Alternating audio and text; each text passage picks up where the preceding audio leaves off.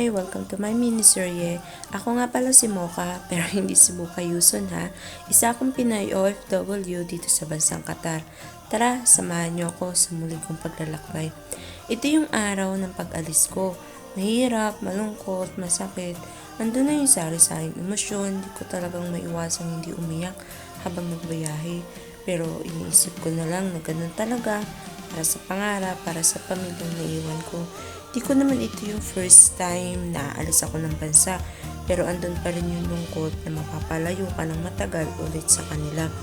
4 p.m. yung flight ko at pinagdarasal ko dyan na makaabot ako kasi via to Mindoro to Manila Airport na yung biyahe ko. At thanks God, nakarating ako ng maaga. Around 10 akong nakarating ng Terminal 1. So, diretso na ako ng checking area. After kong mag-check-in, diretso ako ng immigration. At alam nyo ba, dyan ko pa talaga naalalang mag-register ng e-travel kasi hindi ka palalampasin ng immigration kapag wala kang e-travel. So, paspas ako ng pagre-register and after got the QR code, I passed the immigration and custom. So, ayan, papunta na ako ng boarding area at dyan na ako mag-aantay ng aking flight. Almost 3 hours din yung iintayin ko. So, 3 hours din ako nakaupo dyan. Dyan na rin ako nag-lunch. Oo, may baon ako. Di naman kinonfiscate ng custom yung dalang pagkain. Ang di lang talaga nila inaalaw is yung mga liquids, mga drinks, pinapaiwan nila yon kasi yun nga, bawal. So, ayan, almost 3 hours waiting. This is it. On board na tayo. At ito na, papalapit na talaga tayo sa realidad ng mundo ng mga OFW. So, ayan, papasok na ako sa aircraft. At ayan na, bye-bye Philippines. So, ayan, nahanap ko dyan ang aking seat number.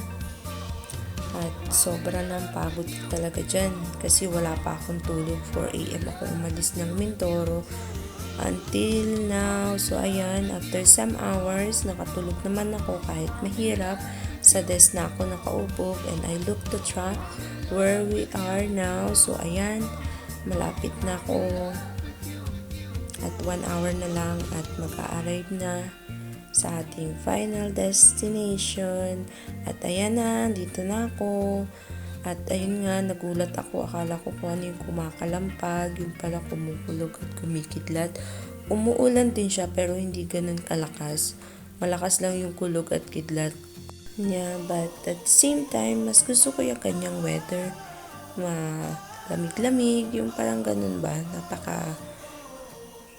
Basta, ganun. So, ayan. Yan yung aming labas. Ayan na nga, ligpit-ligpit na tayo. Almost 1 week na ako dito. At alam nyo ba, sobrang pagod ko. Grabe pa naman yung trabaho. Sobrang daming nag-aabang sa akin. At parang kala mo, 10 katao yung bumulbog sa akin dyan. So ayan, ipapakita ko kung ano ang aking mga trabaho or aking duty bilang OFW.